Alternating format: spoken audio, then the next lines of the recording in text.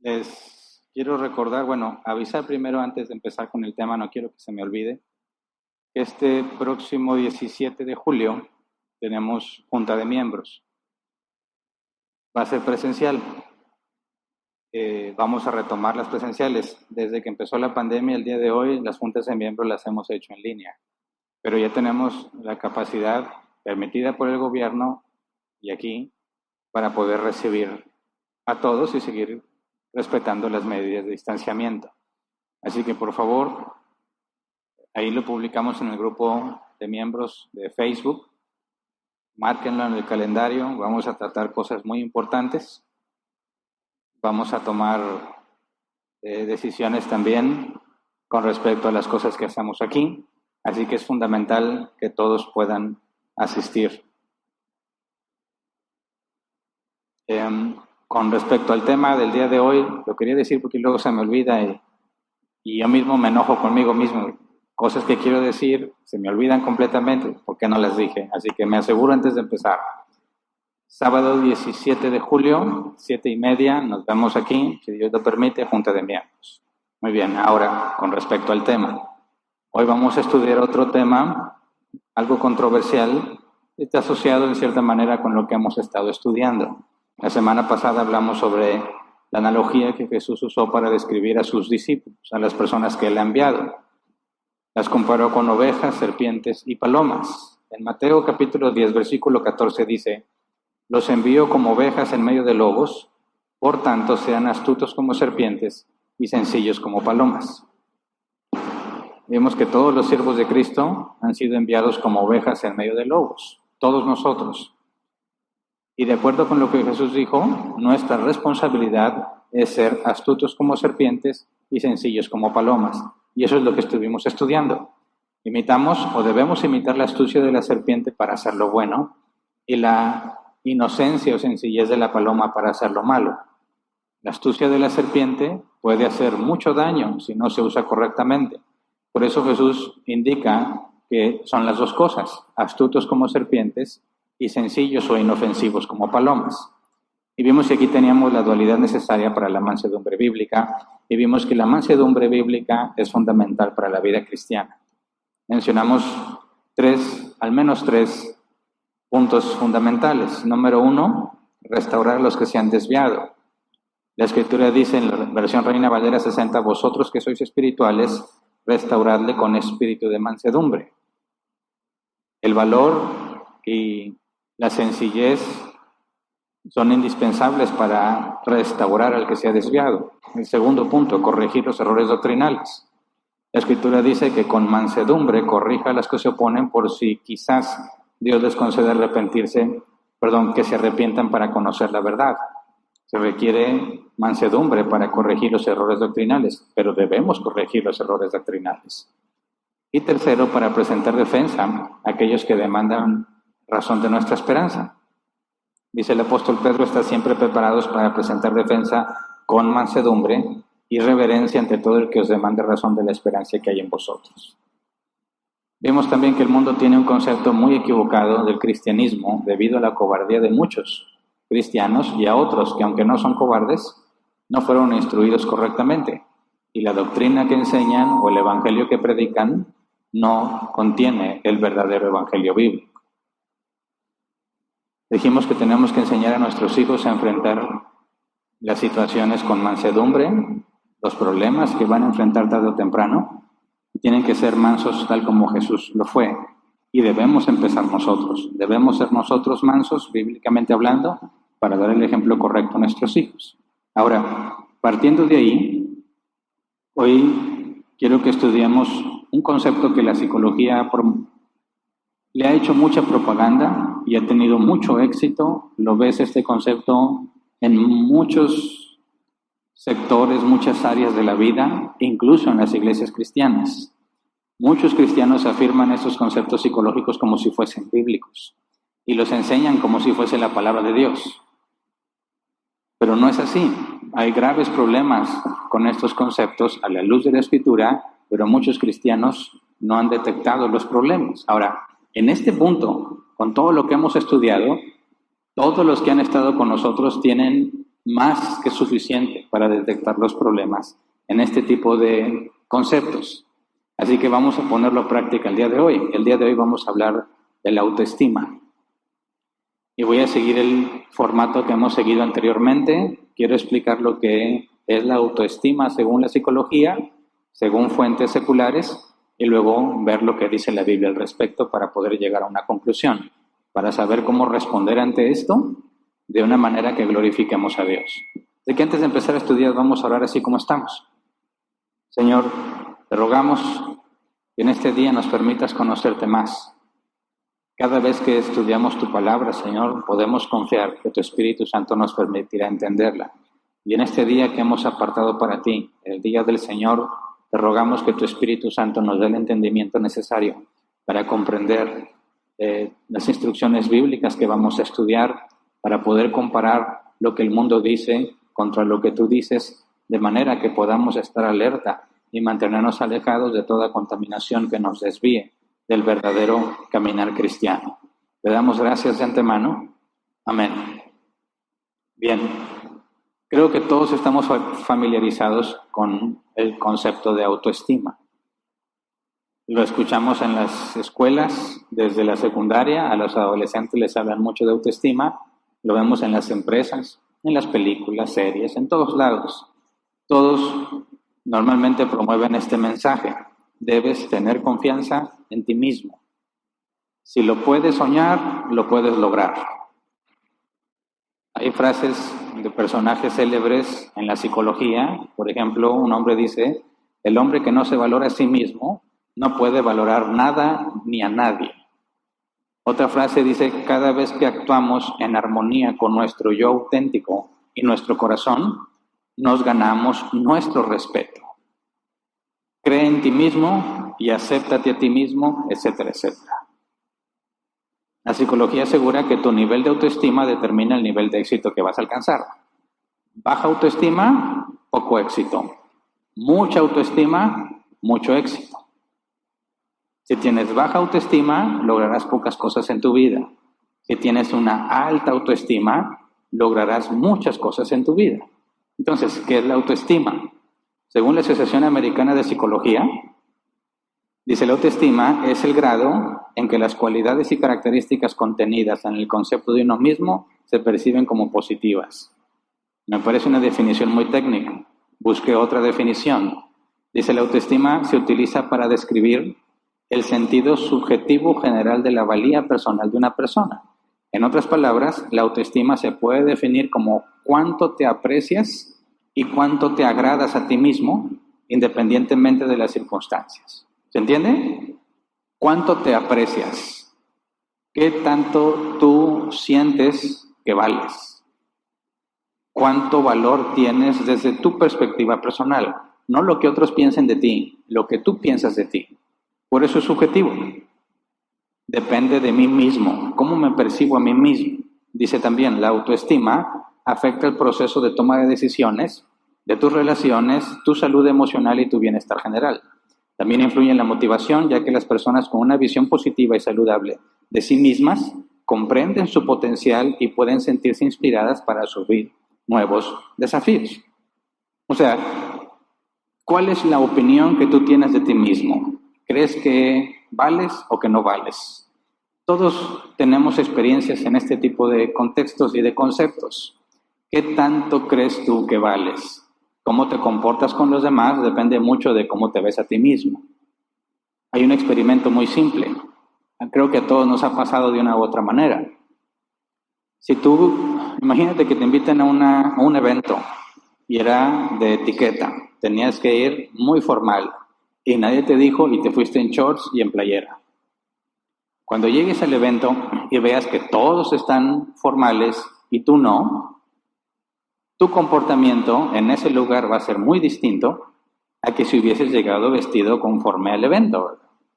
Entonces, si tú entras en un evento en el cual no te sientes preparado o adecuado para ese evento, la percepción de ti mismo va a ser inferior con respecto a los demás.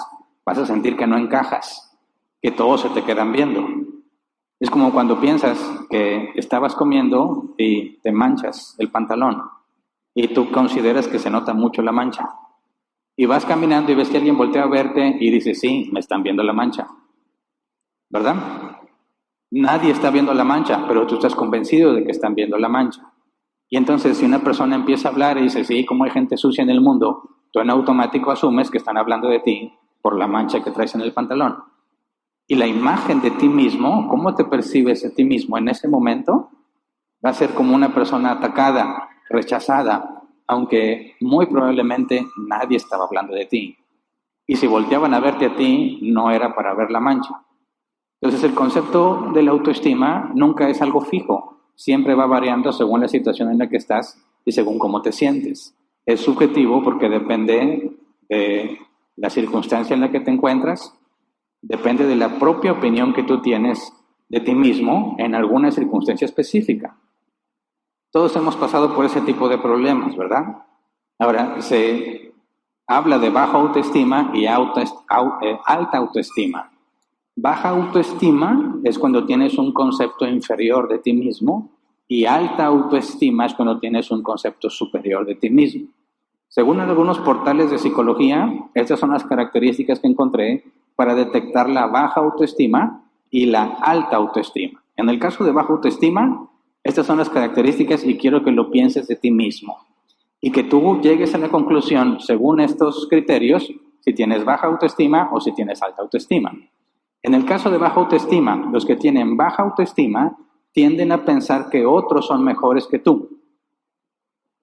Solo piensan en sus debilidades, tienen miedo al fracaso, no saben decir no, no tienen confianza en sí mismos y no se atreven a decir lo que piensan. Ahora piensa en qué circunstancia tú llegaste a la conclusión de que los demás son mejores que tú. Y si pensaste que los demás son mejores que tú, tienes un criterio que indica que tienes baja autoestima. Si te proponen o te encargan que hagas algo, en lugar de pensar en todas las cosas que podrías hacer, estás preocupado por todo aquello en lo que te puedes equivocar. ¿Sí se entiende? En lugar de pensar, voy a hacer esto y voy a mejorarlo, estás pensando, y esto me puede salir mal, esto otro también me puede salir mal, y estás enfocado en tus debilidades. Dice la psicología, tienes una baja autoestima si normalmente piensas así. Tienes miedo al fracaso. En lugar de pensar que todo va a salir bien, piensas que ya está todo por fallar. En lugar de pensar que mañana las cosas serán mejor, piensas que mañana se va a acabar todo. ¿Por qué piensas así? Dicen porque tienes mala o baja autoestima. No tienes confianza en ti mismo, no te atreves a decir lo que piensas. Hay personas que están hablando de sus opiniones y hay algunos individuos que prefieren no decir nada porque no se sienten seguros de lo que van a decir. Entonces, según la psicología, tienes baja autoestima. Y claro que hay muchas más características. Ahora, una alta autoestima es pensar que eres igual o mejor que los demás, no inferior, mínimo igual o mejor que los demás. Te sientes capaz de hacer muchas cosas. En lugar de estar pensando en tus debilidades, estás pensando en todas las cosas buenas que vas a poder hacer. No le tienes miedo al fracaso. Si te equivocas, pues me equivoco, lo acepto y ya, avanzo. Al contrario del que tiene baja autoestima, que le tiene pánico a equivocarse porque piensa que ya no lo van a aceptar, ya no lo van a creer porque se equivocó. Se supone que alguien que tiene alta autoestima dice no cuando así lo desea. Oye, ¿te gustaría hacer esto? No, gracias. Hay personas que no pueden decir que no. ¿Conoces a alguien que no puede decir que no? Yo por muchos años de mi vida fui una persona que no podía decir que no. Por dentro estaba convencido, 100% seguro de que no lo quería. Pero me preguntaban, ¿entonces qué? ¿Sí? Yo tenía que decir sí. Porque no tenía el valor de decir que no. ¿Por qué? Porque yo pensaba que si decía que no, ya no me iban a creer. Ya no les iba a caer bien. Ya no iban a querer pasar tiempo conmigo porque no soy como ellos. Entonces alguien que dice, no, no gracias, ¿estás seguro? Mira, no, no quiero, se supone que tiene una alta autoestima. Una persona que confía en sí mismo tiene alta autoestima. Una persona que expresa sus pensamientos y necesidades tiene alta autoestima. Ahora, algunos psicólogos evitan el concepto de alta autoestima porque consideran que puede haber exceso de autoestima. Entonces ellos, en lugar de decir baja autoestima y alta autoestima, dicen baja autoestima y sana autoestima, porque consideran que puede haber un exceso. Pero encontré otros psicólogos que dicen que eso es falso, que la autoestima nunca será excesiva, que siempre es necesaria para seguir adelante. No se ponen de acuerdo. El punto es, ahí está el contraste, baja autoestima y alta autoestima. ¿Por qué es importante esto? Porque supuestamente la manera en que te autopercibes determina qué tanto éxito vas a tener. O sea, si yo pienso que no soy capaz de hacer algo, cuando me propongan un proyecto, un nuevo reto, voy a decir que no, porque no soy capaz de hacerlo según mi propia percepción. Pero alguien que se siente capaz va a decir que sí. Y a veces una decisión de ese tipo te cambia la vida, ¿verdad? Oye, se abrió una nueva oportunidad de trabajo. ¿Te vas? No, no puedo dejar lo que ya tengo. Tengo 20 años en esta empresa. ¿Cómo voy a dejarla? Sí, pero acá te van a pagar el doble. Sí, pero ¿qué tan seguro es que me vaya a quedar ahí? ¿Cuáles son las posibilidades de que realmente pueda tener éxito ahí? ¿Sabes qué? Aquí me quedo. Y no avanzan en su vida laboral porque no creen que las cosas vayan a salir bien. En cambio, el que tiene una alta autoestima acepta el reto. ¿Quién sabe cómo le va a ir? Pero él ya lo aceptó. Y es probable que le vaya bien y que ahora gane el doble y que su vida cambie porque ahora tiene más dinero para disponer de él. Entonces, dicen los psicólogos, la vida está llena de decisiones importantes. Una decisión puede cambiar completamente tu vida. Y si tú tienes una baja autoestima, tus probabilidades de éxito son muy bajas, porque no vas a aceptar los cambios ni los retos, pero si tienes una alta autoestima, tienes una probabilidad muy alta de ser exitoso. ¿Tiene sentido? Digo, creo que todo esto lo hemos escuchado muchas veces en distintos lugares. Yo me acuerdo que desde estaba en la secundaria, y no es hace mucho, ya nos hablaban de la autoestima, que tenemos que amarnos tal como somos, que si estás narizón, flaco, piojoso, chaparro, tú tienes que amarte, tienes que verte al espejo y decir, qué hermoso soy. ¿Cuántos de aquí hacen eso? No van a levantar la mano, pero sí lo hacen. Checa todas las selfies. Gracias, dicen, gloria a Dios por los filtros, ¿verdad? Porque si no, no habría tantas selfies si no fuese por los filtros. Pero fíjate, supuestamente nadie hace eso. ¿Cómo no? Checa las redes sociales. Autopromoción. Todo el mundo está promocionándose continuamente. Fotos de sí mismo, así como que nadie me ve, etcétera, etcétera. Están enfocados, se aman, se aprecian. Este concepto está inmerso en la vida de las personas. Todo el que tiene redes sociales ya tuvo que pasar por esta decisión. ¿Me gusto o no me gusto? Y tú puedes ver los distintos niveles de autoestima que hay. Los que se aman y se adoran a sí mismos. Fotos de sí mismos en todas partes. Y hay otros que no, depende del filtro. Filtro para adelgazar, foto y foto y foto. Ya no está el filtro, ya no suben fotos. Y empiezas a ver las técnicas, ¿verdad? Desde qué altura se toman el selfie dice mucho. No sé si has analizado eso, ¿verdad? Hay quienes se lo toman como si fuese un dron, así. Es porque, ¿qué necesidad si te lo puedes tomar así? Es que la foto no va a salir igual, ¿verdad? Ahí hay truco. ¿Cómo le haces para eliminar ciertos excesos? Si lo ves así, la gravedad te delata. Pero si la tomas así, todo cambia. Encuentran la manera en la que se agradan a sí mismos. Esto está inmerso en la vida de las personas. Este es un concepto que viene de la psicología. Ahora, los cristianos lo han abrazado como algo bíblico. Incluso aseguran que es bíblico. Por ejemplo, citan este pasaje, Lucas 10, 27 y 28. Dice, como respuesta el hombre citó, ama al Señor tu Dios con todo tu corazón, con todo tu ser, con todas sus fuerzas y con toda tu mente, y ama a tu prójimo como a ti mismo. Bien contestado, le dijo Jesús, haz eso y vivirás. Este mandamiento, ama a tu prójimo como a ti mismo, viene del Levítico. Es un mandamiento específico en el libro de Levítico. Cuestionan a Jesús qué debemos hacer para heredar el reino de los cielos y Jesús dice, ¿qué dice la ley? Este hombre le contesta, el que cuestionó a Jesús le contesta esto y Jesús le dice, haz eso y vivirás. Bien contestado. Así que Jesús está de acuerdo en que debes amar a tu prójimo como a ti mismo. Entonces dicen algunos, muchos predicadores, muchos cristianos dicen eso. ¿Cómo puedes amar a tu prójimo si no te amas a ti mismo? ¿Se entiende? Ama a tu prójimo como a ti mismo, pero ¿cómo podrás amar a tu prójimo si ni siquiera te amas a ti mismo?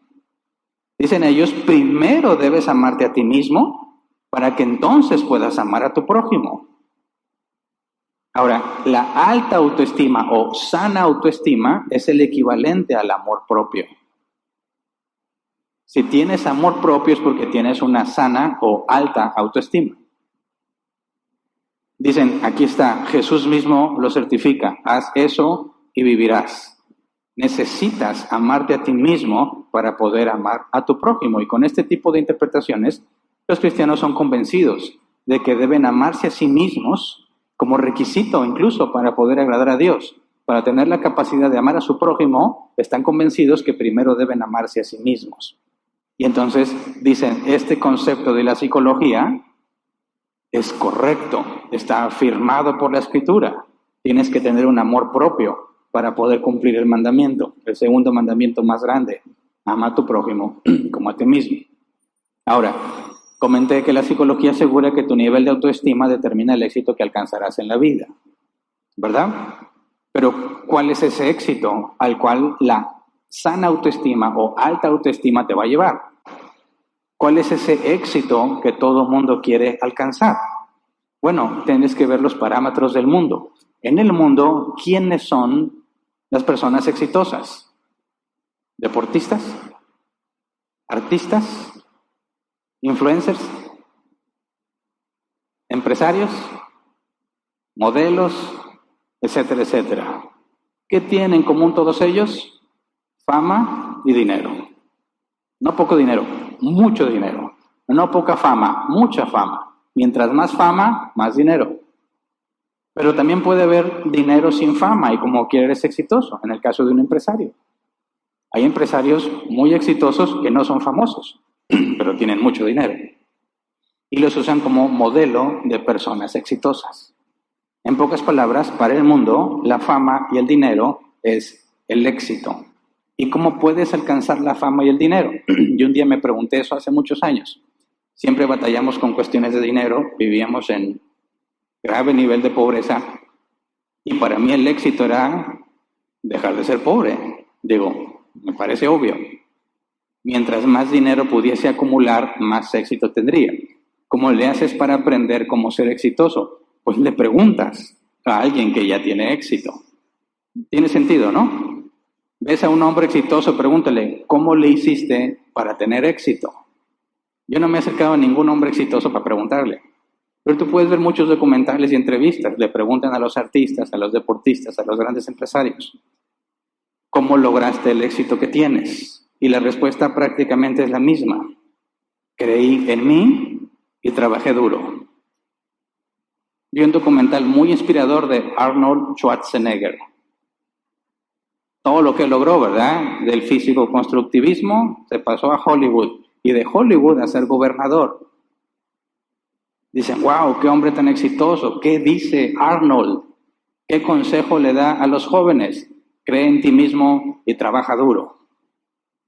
Todos hemos escuchado esas historias de cómo alguien que era un don nadie creía en él, nadie daba un peso por él y se convirtieron en hombres y mujeres exitosos. ¿Por qué? Porque a pesar de que nadie creía en ellos, ellos creyeron en sí mismos. ¿Conoces la película Rocky? Rocky 1, 2, 3, 4, 5, 6, 7 y 8. ¿Sabes cómo empezó? Él tocó muchas puertas, Sylvester Stallone. Él tenía un requisito, tengo este guión para la película, pero solo te lo puedo vender si yo soy el actor principal. Y él nunca había actuado. Así que lo rechazaban. Algunos le aceptaban el guión, pues decían, sí, pero tú no, voy a poner a alguien más reconocido. No, si no me pones a mí, no te vendo nada. Y dice que batalló mucho, él cuenta que tuvo que vender a su amado perro para poder vivir. Pero él no dejó de creer en sí mismo y un día se encontró una empresa que le dijo, ok, te compro el guión y tú vas a actuarlo. Y eso fue lo que lo llevó al éxito. Es un hombre famoso y multimillonario debido a que creyó en él y trabajó duro.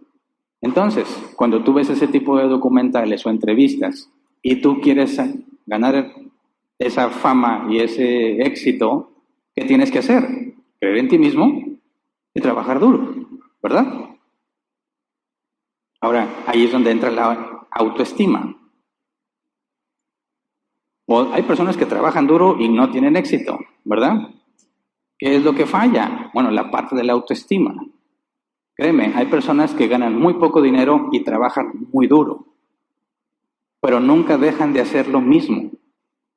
Siempre están en su mismo trabajo toda la vida, ganando lo mismo. Trabajan muy duro, pero nunca alcanzan el éxito. Éxito en términos económicos. Nadie los conoce y no tienen dinero. No tienen fama, no tienen dinero. Entonces, el trabajo duro por sí mismo no es suficiente. Dice, necesitas creer en ti, apuntar a lo grande. Dice, apunta a las estrellas. De perdido llegarás a la luna, ¿verdad? Si no alcanzas a llegar a las estrellas, de perdido llegas a la luna. Entonces, esta idea de que para alcanzar el éxito requiero creer en mí mismo, confiar en mí mismo, tomar los retos, saber, estar convencido de que lo voy a lograr, te lleva a más oportunidades y algún día alcanzarás al éxito. Bueno, vendedores, gerentes, empresarios, ejecutivos de cuentas, etcétera, etcétera, constantemente tienen que ser bombardeados con eso, ¿verdad? Yo creo que es un trabajo muy difícil. Los que trabajan en un call center, no sé si alguno de ustedes ha trabajado ahí, yo no, pero conozco personas que han trabajado ahí. Es más, yo me imagino lo que se siente, que estén hablándole a personas que no pidieron ser llamados, que los estás interrumpiendo sin haber pedido permiso para interrumpir y te van a contestar de muchas maneras muy groseras porque estás tratando de venderles algo que ellos no quieren, no buscan y no les interesa. Creo que todos hemos experimentado la molestia de que te hablen. Contestas, sí, señor Hernán Valdés, si él habla, usted ha sido seleccionado para participar en este proceso. Cuelgas. ¿Por qué? Me han hablado tantas veces para decirme lo afortunado que soy de participar en un proceso de selección, para darme una tarjeta de crédito que no quiero, no necesito y no pedí. Bueno, ¿cómo le haces para mantener a los que trabajan ahí dispuestos a seguir llamando y aceptando esos desaires que no son nada agradables? Necesitas decirles, necesitas creer en ti, hoy vas a lograr tu meta. Tienes que tener buen ánimo, ser positivo. Y todos los días, lo ves en otros tipos de empresas, antes de entrar a laborar, tienen que hacer una rutina de autoafirmación. Me acuerdo mucho, no voy a decir el nombre de la tienda, me acuerdo mucho que llegué muy temprano a una tienda, necesitaba comprar algo y nadie me atendía. Dice, ya abrieron y no hay nadie disponible para atendernos, y yo traía mucha prisa. Anduve buscando a la gente y los encontré todos reunidos ahí en una bolita. Y estaban gritando, yo puedo, soy un ganador, hoy voy a triunfar. ¿Qué les pasa? Todos gritando juntos, y lo, 1, 2, 3, ganadores. Y se van, bien contentos cada quien en su puesto de su trabajo. Dice, ya atiéndeme, después gritas. ¿Pero por qué? Todos los días tienen que hacer eso. ¿Por qué? Necesitan tener una autoestima que los ayude a continuar porque creen que un día van a alcanzar el éxito si creen en ellos y si trabajan duro. ¿Verdad? Entonces le preguntas a la psicología, ¿cómo le hago para que mi autoestima crezca? Dicen, necesitas, según distintos portales, necesitas afirmaciones positivas. ¿Qué es esto? Reprogramar tu cerebro con todos esos pensamientos negativos. No voy a vender, no me va a funcionar, no voy a alcanzar las metas. Necesitas reprogramarlos diciendo, voy a ganar, voy a alcanzar mis metas. Desechas los pensamientos negativos y dejas todos los positivos. Yo puedo lograrlo, puedo hacer todo lo que me proponga, yo soy un campeón, todo me saldrá bien, nada podrá detenerme, etcétera, etcétera. Esas son las afirmaciones positivas que tienes que estar constantemente repitiéndotelas a ti mismo. Ahora, No sé si esto te suena algo que ver con el cristianismo, el, entre comillas, cristianismo, que algunos profesan y se predica en muchas partes. Confesión positiva. No quieren tomar el concepto tal cual a psicología, pero le dan un pequeño, lo tuercen un poco para hacerlo bíblico, según ellos, para ponerle un vocabulario bíblico, porque dicen, sí, esto de la autoestima es válido, pero no soy yo quien logra el éxito, es Dios quien me lo da. Y ya como que él dice, ya se parece más a algo bíblico, ¿no? O sea, yo tengo que, sí, creer que puedo, que lo voy a lograr, pero porque tengo fe en Dios. ¿Se entiende? Dicen cosas como, no le digas a la gente, Dios te bendiga, sino diles, Dios te bendice. ¿Por qué? Porque si le dices Dios te bendiga no es más que un buen deseo, pero si le dices Dios te bendice, estás afirmando algo positivo en su vida. Y algunos le agregan que la Biblia dice, que es falso, créeme, yo lo busqué durante años y nunca lo encontré, afirman que la Biblia dice, lo que digas con tu boca, eso será. ¿Lo has escuchado? Lo que digas con tu boca, eso será. Entonces, cuando decía, hijo, eres muy desobediente, pues cállate. Di, gracias a Dios porque eres obediente, hijo. Tienes que hablarles y declararles positivo. Porque si no, las pobres criaturas van a decir, yo soy bien desobediente, mi mamá me lo dice. Entonces tienes que decir, tú eres muy obediente, hijo. Gracias a Dios por tu obediencia. Igual que, y sigue haciendo lo que quiere, ¿verdad?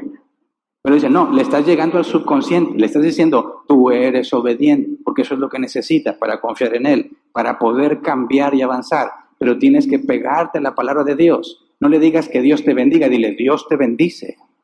¿Se entiende? Ok, no digas que tus problemas son grandes. Dile a tus problemas que tu Dios es grande. ¿Lo has escuchado? ¿En qué consiste eso? No pienses negativamente, piensa positivamente. Si quieres enfrentar tus problemas y dices, mis problemas son muy grandes, no vas a poder, pero es más grande Dios que tus problemas. Así que dile a tus problemas, yo tengo un Dios más grande que ustedes. No proviene de la Escritura. No hay nada en la Escritura que nos diga hacer algo semejante, pero están llenándose de pensamientos positivos, afirmaciones positivas que los ayuden a confiar y a avanzar. Todo lo puedo en Cristo que me fortalece. Filipenses 4:3. Están batallando, no pueden hacer las lagartijas, dicen, no, pero todo lo puedo en Cristo que me fortalece, y agarran energía, ¿verdad?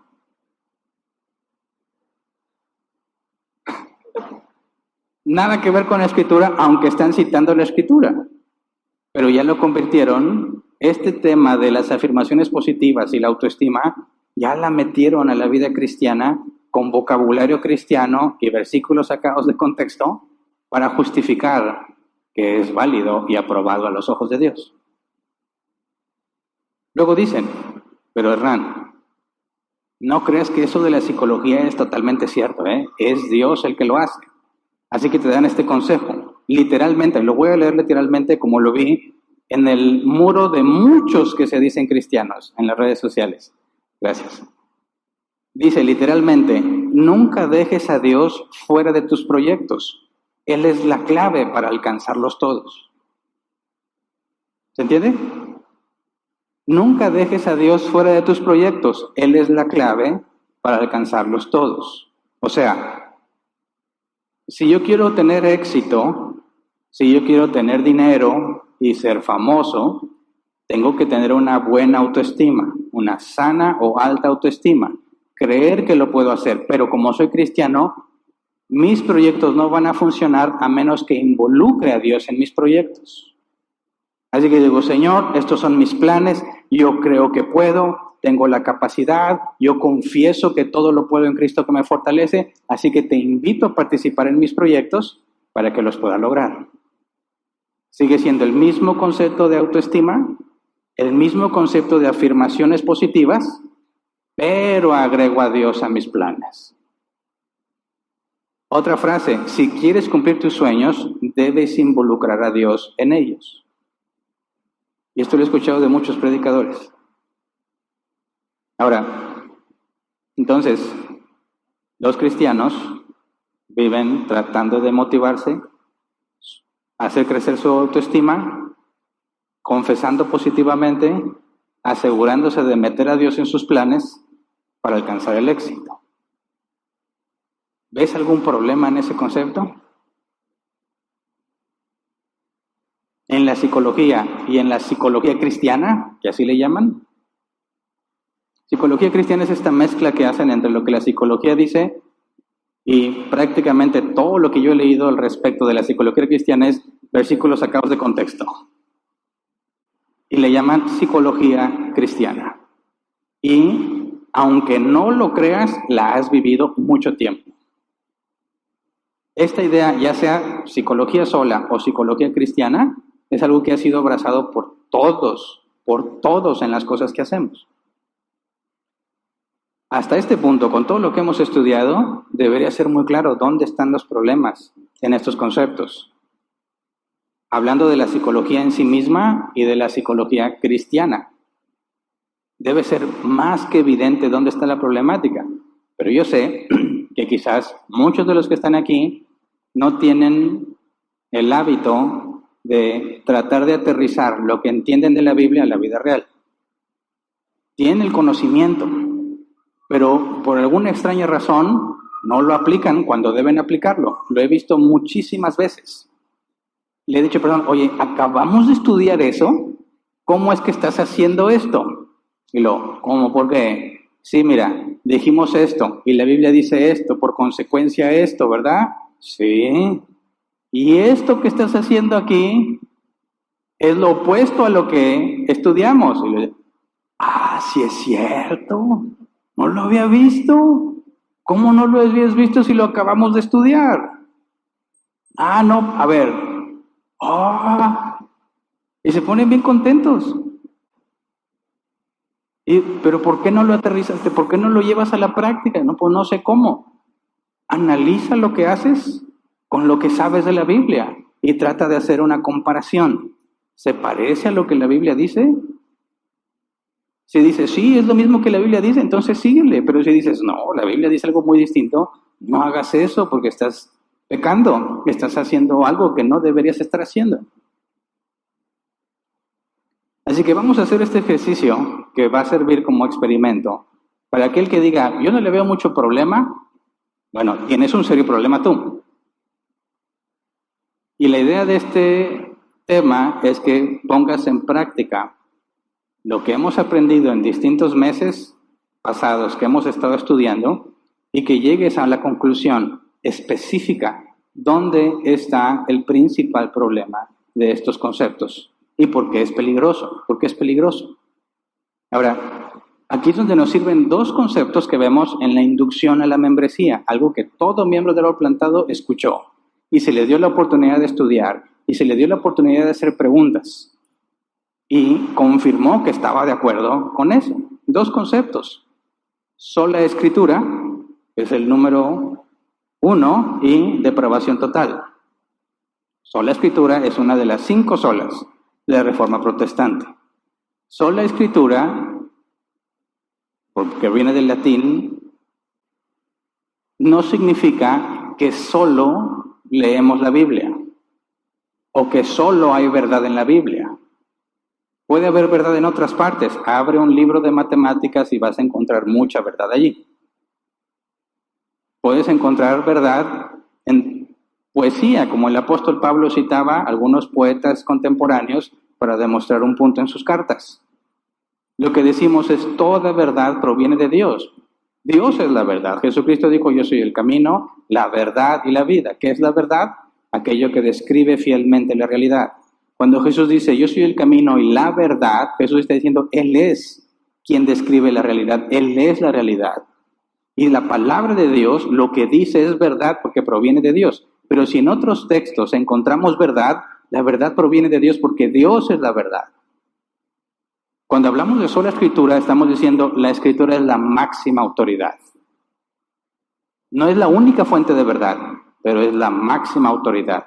Entonces, cuando alguien nos asegura que algo es verdadero, tenemos que ir a la máxima autoridad, que dice la Biblia. Y ahí nos aseguramos que lo que estamos haciendo, aunque no lo hayamos sacado de la Biblia, puede ser verdadero si no entra en conflicto con la Escritura. Entonces, tendríamos que ir a la Escritura, ver qué dice la Escritura sobre el amor propio o la autoestima, y ahí determinar si estamos bien o estamos mal. ¿Por qué? Porque nuestra máxima autoridad es lo que dice la Escritura. Segundo punto, estudiamos en la inducción de la membresía los 5 puntos de la doctrina de la gracia, o el TULIP, y el primero de ellos es depravación total.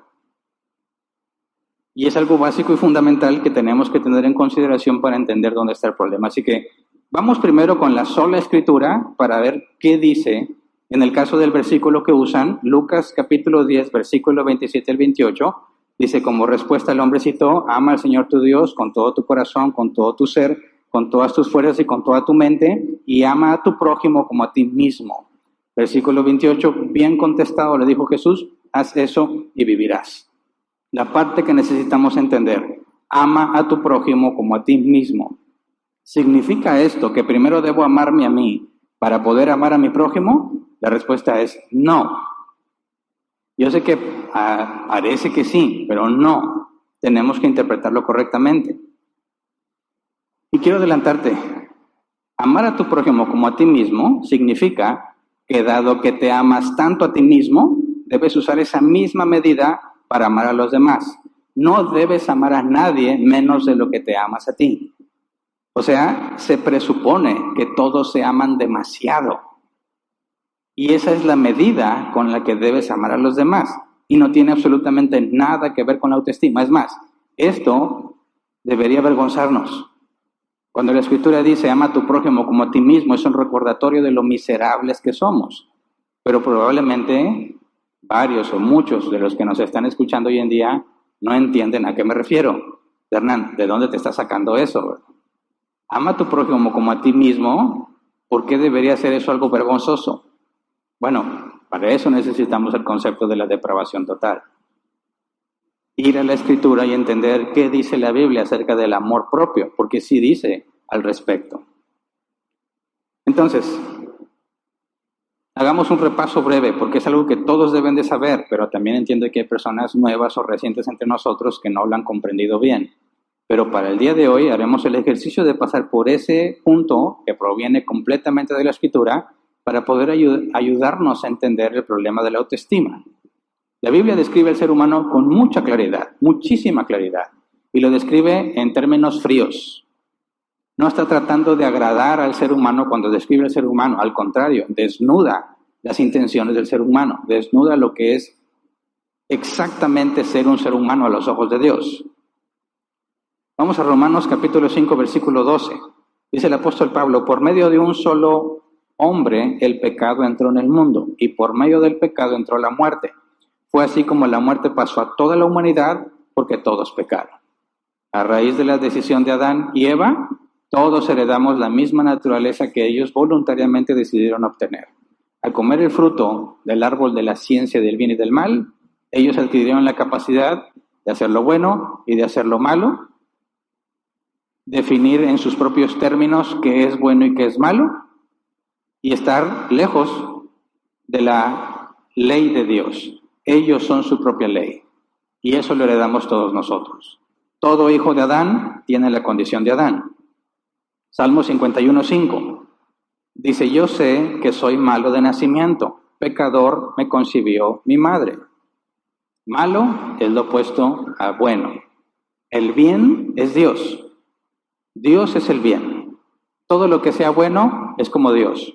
¿Qué es el mal? La ausencia del bien. El mal no es algo. El mal no es una sustancia. El mal no es una materia ni una energía. El mal no es nada. El mal es lo que describe la ausencia del bien. Exactamente el mismo término que el frío. El frío no es una energía. El frío es lo que se experimenta cuando no hay calor. Entonces cuando dicen, no abras la puerta porque se mete el frío, es equivocado. El frío no va a pasar cuando aprovechó la oportunidad. El frío no es nada. Lo correcto es no abras la puerta porque se escapa el calor. Eso sí. ¿Y qué pasa cuando se escapa el calor? Sentimos frío, pero el frío no es algo. De la misma manera, el mal no es algo. Entonces, si nosotros somos malos de nacimiento, eso significa que desde que nacemos estamos apartados de Dios. No hay bondad en nosotros porque Dios no está en nosotros. Lo que hacemos proviene de nuestro propio criterio, lo que nosotros pensamos que es mejor para nosotros. Y de nacimiento, dice, pecador me concibió mi madre. Yo no peco, bueno, yo no soy pecador porque peco. Lo podemos ver. Si de nacimiento, dice, pecador me concibió mi madre, ¿qué pecado cometió el bebé? Ninguno, pero ya es pecador, pero no ha pecado. ¿A qué se refiere eso? Es que yo no peco. O sea, el hecho de pecar no me hace pecador. Yo peco porque soy pecador. Es decir, yo tengo en mí capacidad de pecar. Yo peco porque tengo esa capacidad. Un bebé, desde que nace, es pecador no porque haya pecado, sino por la naturaleza que hereda de Adán. Tiene todo en su ser para pecar y lo va a hacer a la primera oportunidad que tenga. Primero lo hace de forma inconsciente y luego de forma consciente, como todos nosotros. Entonces, todos pecamos porque somos pecadores, ¿verdad? Fíjate bien, la autoestima, cree en ti. Ámate a ti como eres, acéptate, ve en el espejo y di qué hermoso soy. Me amo así como soy. De ahí se desprenden muchas cosas como la ideología de género. Pero fíjate lo que la Biblia dice al respecto. ¿Cómo describe el ser humano? Si todos, por la decisión de Adán y Eva, nacemos ya separados de Dios, ¿cómo somos los seres humanos? Vamos a Génesis 6:5, Reina Valera 60. Dice, y vio Jehová que la maldad de los hombres era mucha en la tierra y que todo designio de los pensamientos del corazón de ellos era de continuo solamente el mal. Ellos eran hijos de Adán como nosotros somos hijos de Adán. No hay diferencia entre ellos y nosotros. Tenemos la misma naturaleza. Los pensamientos de continuo son lo malo. No pensamos en hacer lo que agrada a Dios, lo que nos agrada a nosotros. Y lo ves desde chiquititos, ¿verdad? El bebé está jugando con algo y se lo quitas, llora. ¿Por qué llora? Porque no quiere que se lo quites. Dices, mijito, pero no es tuyo. A él no le importa, va a gritar más fuerte. Desde ahí, ¿por qué llora el bebé? Pues porque ya no tiene lo que él quiere. ¿Y? Pues lo quiere. Esa es la esencia del pecado, de todo pecado que cometemos. Queremos algo. Y estamos dispuestos a hacer lo que sea por tenerlo. Y si nos lo quitan, nos enojamos. Eso es el pecado. Y lo ves desde que son bebecitos. No lo hacen conscientes, ni por voluntad propia. Más grandes ya lo hacemos por voluntad propia. Sabemos que no debemos hacerlo y lo hacemos porque queremos, porque consideramos que eso es lo mejor para nosotros. Nuestro pensamiento de continuo es el mal. ¿Por qué? Porque en lugar de pensar en lo que agrada a Dios y en lo que quiere Dios, hacemos lo opuesto.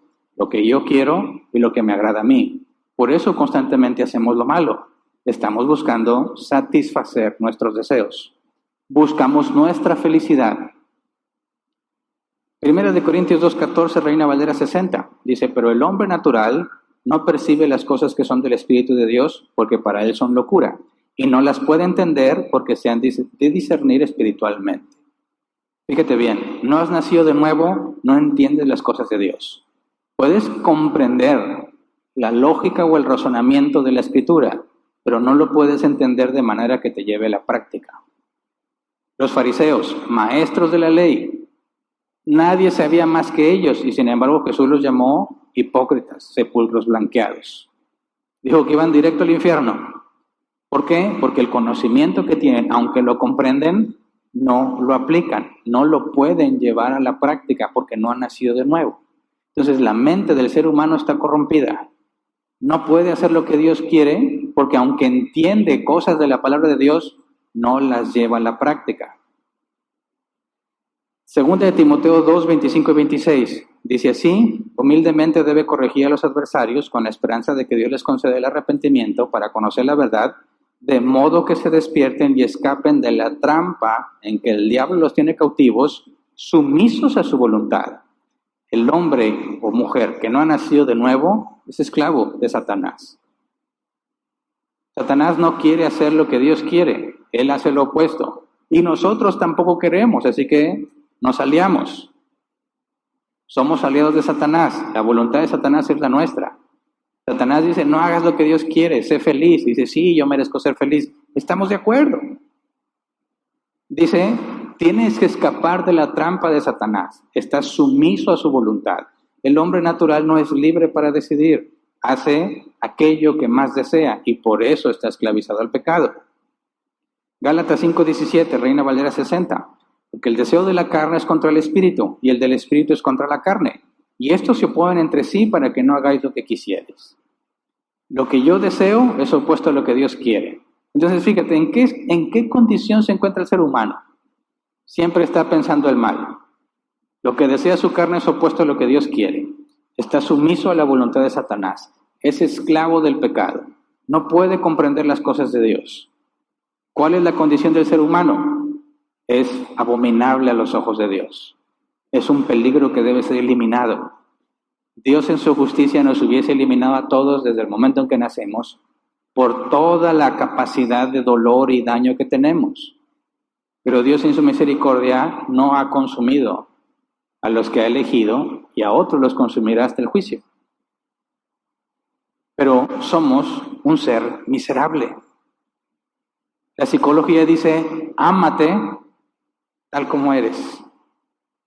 Confía en ti. ¿Cómo puedo confiar en mí si lo que yo deseo es opuesto a lo que Dios quiere? ¿Cómo puedo decir, hoy voy a lograrlo porque yo me propuse eso? Señor, te invito a mis planes. ¿Qué? Tus planes, tus deseos son el mal. Oye, pero no le voy a hacer daño a nadie. Sí, pero tampoco glorificas a Dios. Tampoco estás siendo justo. Tampoco estás buscando el bien de los demás. Es tu deseo personal. Mateo 15, versículo 10 al 20, palabras de Jesús. Jesús llamó a la multitud y dijo, escuchen y entiendan. Lo que contamina a una persona no es lo que entra en la boca, sino lo que sale de ella. Entonces se le acercaron los discípulos y le dijeron, ¿sabes que los fariseos se escandalizaron al oír eso? Toda planta que mi Padre Celestial no haya plantado será arrancada de raíz, le respondió. Déjenlos, son guías ciegos. Y si un ciego guía a otro ciego, ambos caerán en un hoyo. Explícanos la comparación, le pidió Pedro. ¿También ustedes son todavía tan torpes?, les dijo Jesús. ¿No se dan cuenta de que todo lo que entra en la boca va al estómago y después se echa en la letrina? Pero lo que sale de la boca viene del corazón y contamina a la persona, porque del corazón salen los malos pensamientos, los homicidios, los adulterios, la inmoralidad sexual, los robos, los falsos testimonios y las calumnias. Estas son las cosas que contaminan a la persona y no el comer sin lavarse las manos. Entonces, ¿dónde está nuestro problema? Dentro de nosotros. De nosotros sale todo el mal. ¿Cómo un cristiano piensa al verse al espejo? Soy hermoso. Soy un campeón. Voy a triunfar. ¿Es que? ¿En serio? Dice la Escritura, de ti sale todo lo malo. ¿Cómo esperas que el amor a ti mismo te lleve a alcanzar el éxito? Te va a llevar quizás a la fama y al dinero, pero eso no son los términos de éxito bíblicamente hablando. ¿Por qué todos los artistas están metidos en drogas? O casi todos. ¿Por qué tarde o temprano los adolescentes que alcanzan el éxito y se vuelven famosos y entran a la juventud terminan drogados en centros de rehabilitación porque no pueden con su vida? Porque eso no es éxito. Es por eso que el apóstol Pablo toma versículos distintos del Antiguo Testamento y hace este consolidado. Romanos 3, versículo 10 al 18. Así está escrito, no hay un solo justo, ni siquiera uno. No hay nadie que entienda, nadie que busque a Dios. Todos han descarriado, a una se han corrompido. No hay nadie que haga lo bueno, no hay uno solo. Su garganta es un sepulcro abierto, con su lengua profieren engaños. Veneno de víbora hay en sus labios. Llena está su boca de maldiciones y de amargura. Veloces son sus pies para ir a derramar sangre. Dejan ruina y miseria en sus caminos y no conocen la senda de la paz. No hay temor de Dios delante de sus ojos. Entonces, después de la caída de Adán y Eva, toda su descendencia ha sido afectada por el pecado. Y todo su ser fue afectado por el pecado. Su mente, sus pensamientos, su voluntad, sus emociones, sus deseos, todo fue corrompido. Nada bueno hay en nosotros. Eso es lo que significa depravación total. Todo nuestro ser está corrompido. No hay ni una pequeña isla en nosotros que no haya sido tocada por el pecado. Por eso es que necesitamos un Salvador. Ahora, el ser humano tiende al mal porque el mal es atractivo. El bien no, porque el bien te lleva a negarte a ti mismo, a beneficiar a otros antes que a ti mismo. Así que por eso el bien no es atractivo para nadie. El mal sí, porque el mal ve por sí mismo, lo que yo quiero, lo que yo merezco, lo que yo deseo. Pero tienes la libertad de escogerlo. Y eso es lo que mantiene al hombre condenado, la libertad que tiene para elegir lo que más ama, porque lo que más ama es complacerse a sí mismo. Juan 8:34, ciertamente les aseguro que todo el que peca es esclavo del pecado. Respondió Jesús, ¿cómo es que estoy esclavizado? Juan 3:19 al 20. Esta es la causa de la condenación, que la luz vino al mundo, pero la humanidad prefirió las tinieblas a la luz porque sus hechos eran perversos. Pues todo el que hace lo malo aborrece la luz y no se acerca a ella por temor a que sus obras queden al descubierto. Fíjate, Dios no le niega la salvación a nadie. El ser humano no busca a Dios para ser salvo. ¿Por qué? Porque sus obras son malas y quiere seguirlas haciendo. Y no va a ir ante el juez, va a esconderse del juez para seguir haciendo lo malo que quiere hacer. Ahora, ese es el contexto. Ese es el contexto del amor propio según la Biblia. Te amas mucho, tanto que siempre quieres hacer lo que te parece mejor. ¿Tienes hambre? Comes. ¿Ya no tienes hambre pero se te antoja? Sigues comiendo. No comes por necesidad, comes por placer. No deberías comer tanto y como quiera comes. ¿Por qué lo haces? Porque te gusta. Hay personas que comen porque si no se mueren. Están comiendo y qué pérdida de tiempo. Pero vemos otros que es todo un evento, ¿no? Así, el aguacate, de este lado porque tiene que más alcance. Salsa, si se puede de varios tipos, mejor. Limoncito, salecita, tortillas suficientes, si faltan, dicen, no, déjame paro porque me van a faltar unas 3. Tiene que estar todo, y ahora sí, gracias Señor por esos alimentos, me gozo. Y órale a comer. No es lo más saludable que deberías comer, no es todo eso lo que deberías de comer, pero te deleitas. Te amas tanto que te preparas lo que te gusta o te lo compras. Te amas tanto que buscas estar bien. Dicen algunos, hoy estoy bien cansado, es domingo, yo no voy a la iglesia.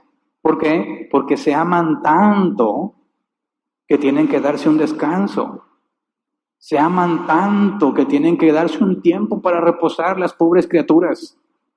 Y Dios tiene que esperar su oportunidad porque, Señor, hoy me amo tanto que no voy a obedecerte. Hoy me amo más a mí mismo que voy a decir, Señor, no voy a cumplir lo que tú quieres porque estoy cansadito. ¿Cuánto amor nos tenemos? En lugar de hacer lo correcto, le decimos a Dios, hoy no, Espíritu Santo, ya no me hables. Voy a hacer esto porque es lo que yo quiero. Te amas demasiado. Así es la naturaleza humana. Un amor intenso y profundo, perseguir lo que a ti te hace feliz. Y por eso pecamos y pecamos, sabemos que está mal y lo seguimos haciendo porque te deleitas, buscas el placer.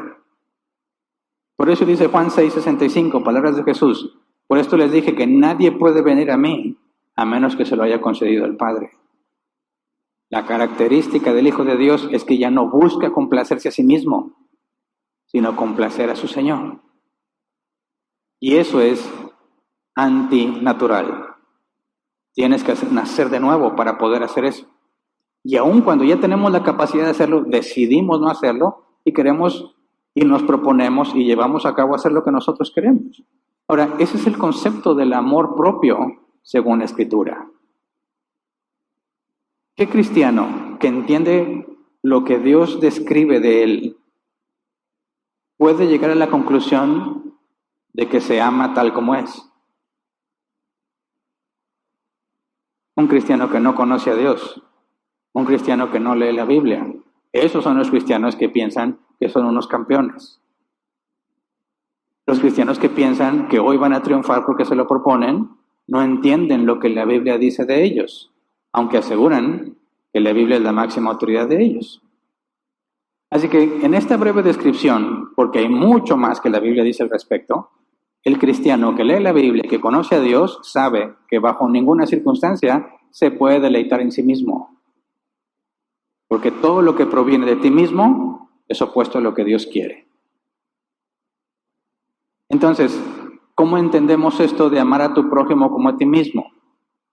El apóstol Pablo nos da una clave cuando habla del matrimonio. Vamos a Efesios capítulo 5, versículo 28 al 30. Efesios 5, 28 al 30. Asimismo, el esposo debe amar a su esposa como a su propio cuerpo. El que ama a su esposa se ama a sí mismo, pues nadie ha odiado jamás a su propio cuerpo. Al contrario, lo alimenta y lo cuida, así como Cristo hace con la iglesia, porque somos miembros de su cuerpo. El apóstol Pablo nos da aquí la clave. Esposos, amen a su esposa como se aman a sí mismos. Entonces me tengo que amar a mí mismo para amar a mi esposa. No, todo el ser humano ya se ama con exceso a sí mismo, porque siempre busca su placer y su felicidad. Y dice Pablo, así como tu naturaleza te lleva a buscar siempre tu bien, haz eso, pero para con tu esposa, para su bien. ¿Se entiende? Dice el apóstol Pablo, pues nadie ha odiado jamás a su propio cuerpo. Al contrario, lo alimenta y lo cuida. Oye, entonces, ¿qué onda con los que se drogan? Los que no se cuidan y están todos enfermos, demacrados. ¿Quedan excluidos de este pasaje? No, espérame, ¿por qué se droga?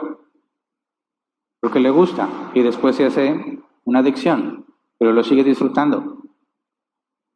No se cuida porque está haciendo algo que le agrada más. No es la excepción a esta regla. Él sigue amándose a sí mismo a pesar de que se está destruyendo a sí mismo, pero lo sigue haciendo por amor propio. El que fuma, el que se malpasa, el que no come cosas saludables, sigue estando en esta categoría. Se ama tanto que se permite esas cosas a pesar del daño que se produce. Y luego dice, así como Cristo lo hace con la iglesia. Dice, así como el ser humano tiene esa tendencia a amarse a sí mismo, Cristo, que es sin pecado, que solo hace lo que el Padre quiere, solo la voluntad del Padre, para que nosotros entendamos, dice Pablo, así como tú siempre buscas tu propio beneficio, Cristo siempre busca el beneficio de su iglesia. Yo no puedo evitar dejar de amarme, por eso siempre peco. ¿Se entiende? Pero Cristo nos ama a nosotros como si fuésemos su propio cuerpo. Somos uno en Cristo, todavía no se manifiesta lo que somos, pero fíjate cómo Pablo te dice, así como tienes tú un deseo intenso, profundo, que nunca te abandona, de complacerte a ti mismo, así Cristo cuida por su iglesia. Así el esposo debe cuidar a su esposa, y esto nos lleva a las palabras de Jesús.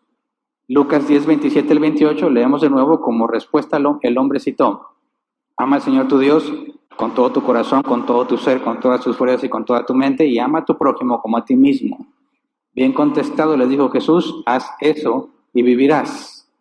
Ama a tu prójimo como a ti mismo. Deberíamos entenderlo así. Ama a tu prójimo como ya te amas a ti mismo debido a tu naturaleza pecaminosa. ¿Se entiende? Dado que te amas tanto, eso mismo debes hacerlo con tu prójimo. Y luego Jesús da un ejemplo donde aclara esto. Leamos versículo 29 al 37. Lucas 10, 29 al 37. O sea, el versículo que sigue. Jesús da la explicación. ¿Cómo entendemos esto de amarlo como a ti mismo? La parábola del buen samaritano. Dice, pero él quería justificarse, este hombre que había cuestionado a Jesús y luego responde. Así que le preguntó a Jesús, ¿y quién es mi prójimo? Jesús respondió, bajaba un hombre de Jerusalén a Jericó y cayó en manos de unos ladrones. Le quitaron la ropa, lo golpearon y se fueron, dejándolo medio muerto. Resulta que viajaba por el mismo camino un sacerdote quien, al verlo, se desvió y siguió de largo. Así también llegó a aquel lugar un levita y al verlo se desvió y siguió de largo. Pero un samaritano que iba de viaje llegó a donde estaba el hombre y viéndolo se compadeció de él. Se acercó, le curó las heridas con vino y aceite y se las vendó.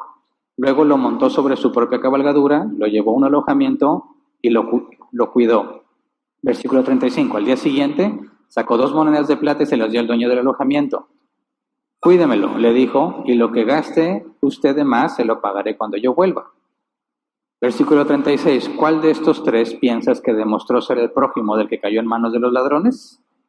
El que se compadeció de él, contestó el experto en la ley. Ante entonces ya es tú lo mismo, concluyó Jesús.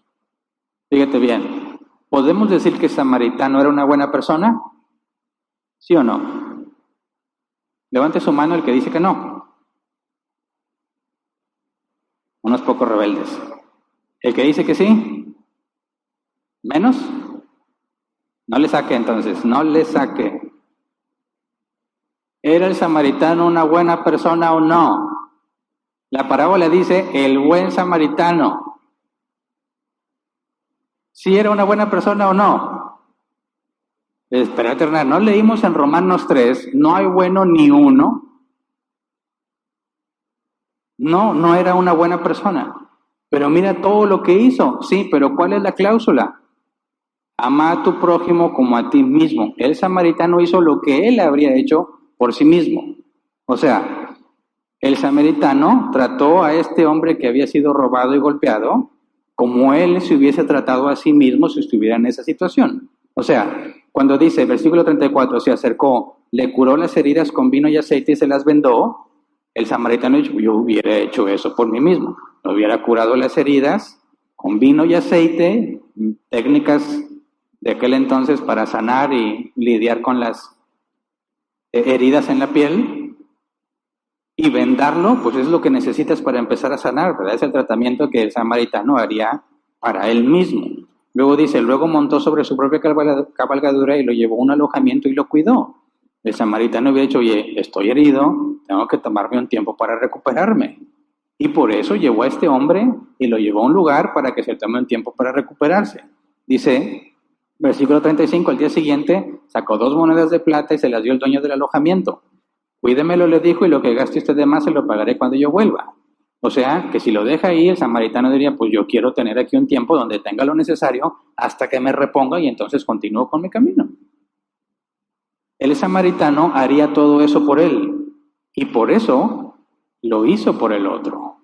¿Entiende? Dime, ¿el samaritano tenía buena autoestima? ¿Y eso qué tiene que ver, verdad?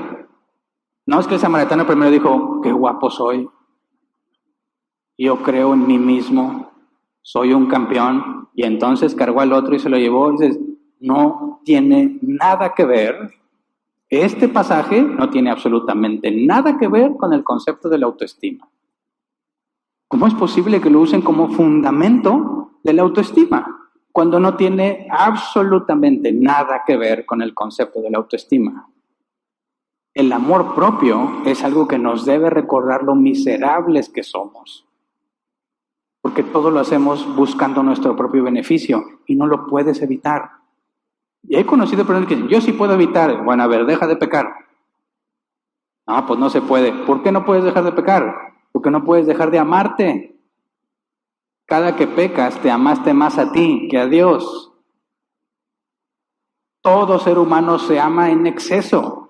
Ese concepto de la autoestima es totalmente equivocado a la luz de la Escritura. La negación es lo que se le pide a los hijos de Dios. Niégate a ti mismo. ¿Tú no mereces nada? ¿No hay nada bueno en ti? ¿No eres un campeón? Eres un vil pecador. Y si no fuera por la gracia de Dios y su justicia entregada gratuitamente a ti, estarías ahorita perdido en el mundo, camino al infierno. ¿Dónde hay algo en ti que merezca contentamiento y complacencia para decir, Señor, cómo me amo? Te invito a mis proyectos. ¿Cómo ves? Tengo todos estos planes. ¿Le entras? No te quiero dejar fuera porque yo soy un campeón. Yo ya confesé lo que dice tu palabra, yo ya tengo fe, no te quiero dejar fuera porque tú vas a cumplir mis planes, porque yo ya lo confesé y tengo fe en ti. Es lo más arrogante que puedes hacer. Sin embargo, es lo más común entre los cristianos. ¿Psicología cristiana? ¿En serio? No se puede, no existe. O es psicología o es cristianismo, que son opuestos.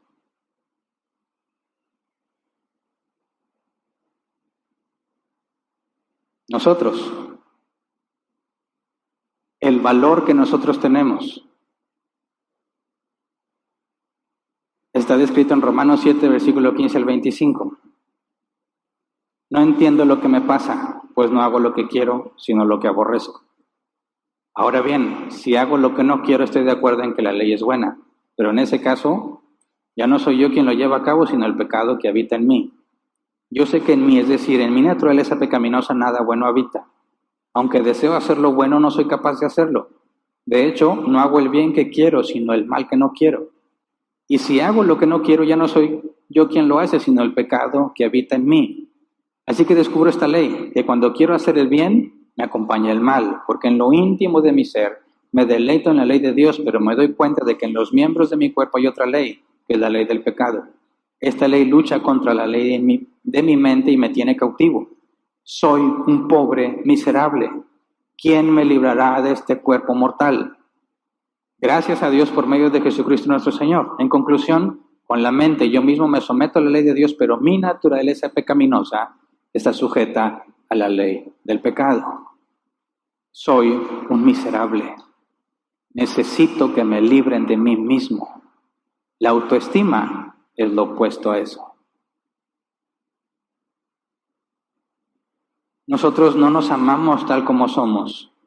Aborrecemos nuestra naturaleza pecaminosa y luchamos con nosotros mismos todos los días para ser cada vez más como Jesús.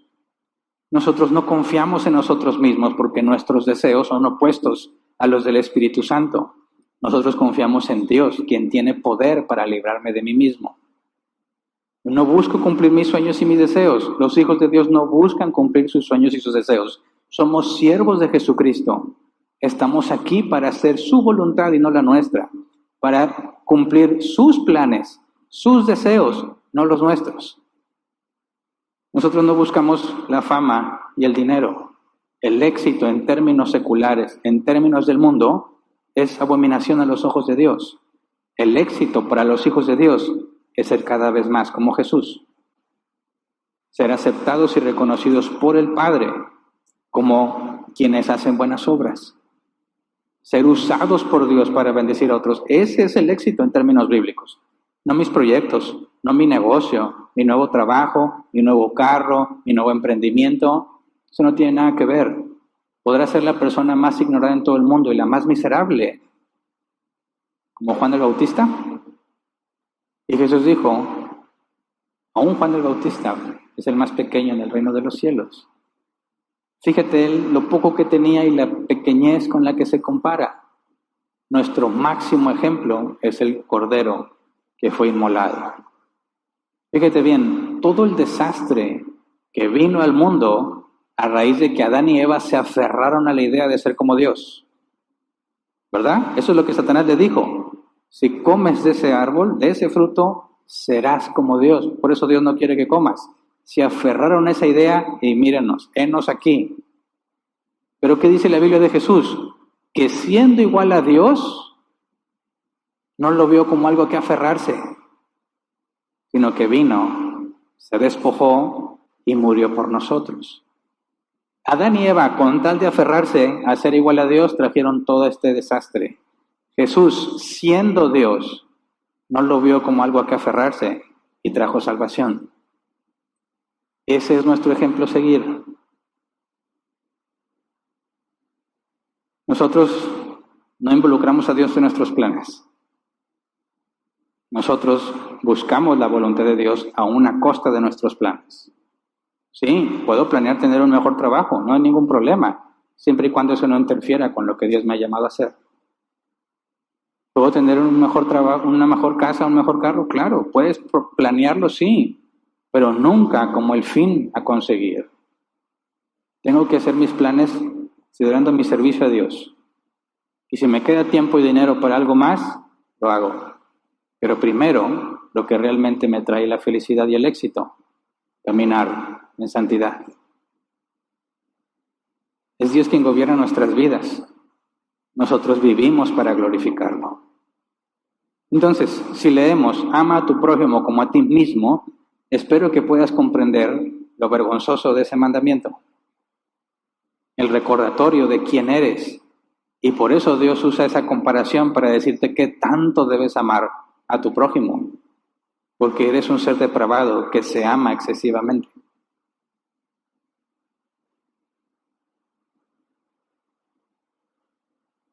No tiene nada de malo que te tomes selfies.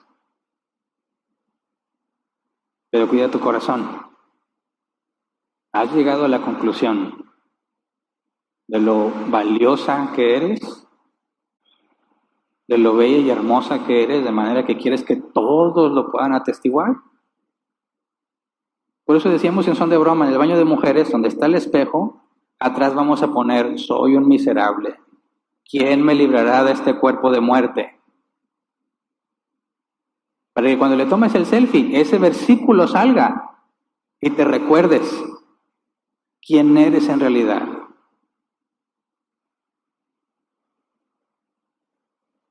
La autoestima es un concepto diabólico. Se oye bien religioso, pero es la verdad, porque es opuesto a la palabra de Dios. Tengamos cuidado de no ser seducidos por ella. Enseñémosle a tus hijos. ¿Por qué estamos dispuestos a seguir adelante? ¿Porque creemos en nosotros? ¿Confiamos en el que nos llamó? ¿Por qué no me preocupo si voy a tener, como dijo Jesús, qué comer, dónde vivir y qué vestir? Porque tengo un Padre que sabe mis necesidades y que es bueno. No le enseñamos a nuestros hijos, tú vas a ser bueno porque tienes una carrera universitaria. Tú vas a ser bueno porque confías en ti y eres un campeón. Tú vas a ser bueno porque estás muy preparado. No, vas a glorificar a Dios, porque eso es lo mejor que el mundo puede ver. Vas a mostrar cómo es Dios cuando seas honesto, cuando seas confiable. No para ser el mejor, sino para que conozcan a Dios, para que puedan ver a Dios en ti. Y cuando te pregunten, ¿cómo le haces para ser así? Yo solo estoy haciendo lo que Dios me pide. Y la Escritura dice que el siervo que solo hace lo que se le pide, siervo inútil es. Entonces, cuando llegues al estado en que dices, hago todo lo que Dios me pide, ¿ahora sí soy un campeón? No, eres un inútil, que solo hiciste lo que se te pidió. No hay cabida para la autoestima en la Biblia. No hay dónde escabullirnos. Claramente es opuesta y contradictoria. Así que enseñémosle a nuestros hijos, aunque todos te rechacen. Cuando nadie los quiera, cuando se burlen de ellos porque sean cristianos, enséñales que no tienen que confiar en sí mismos. En la escuela se lo están repitiendo una y otra vez. En todo lo que ellos ven se lo repiten una y otra vez. ¿Qué tanto le has enseñado eso a tus hijos, comparado con todas las repeticiones que el mundo le da a tus hijos sobre la autoestima? Me parece que tenemos mucha desventaja los padres. En todos lados, tristemente hasta en las iglesias. Así que, sí, estoy feo, pero a los ojos de Dios fui aceptado. Soy un perdedor, tengo muchas debilidades, pero dice la Escritura que su poder se perfecciona en mi debilidad. Dice, diga el débil, fuerte soy. Usa correctamente el todo lo puedo en Cristo. Sé estar en escasez y en abundancia. Todo lo puedo en Cristo. O sea, no importa si me va bien o me va mal, puedo hacerlo porque Él me sostiene. ¿Se entiende? Muy bien, vamos a ponernos de pie y vamos a orar.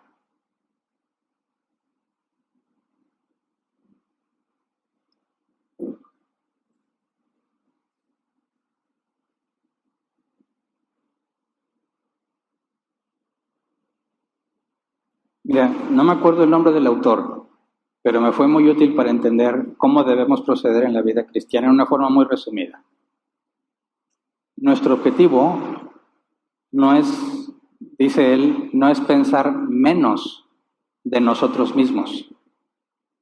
No es decir, soy un gusano, no valgo nada. No. En Cristo tengo todo.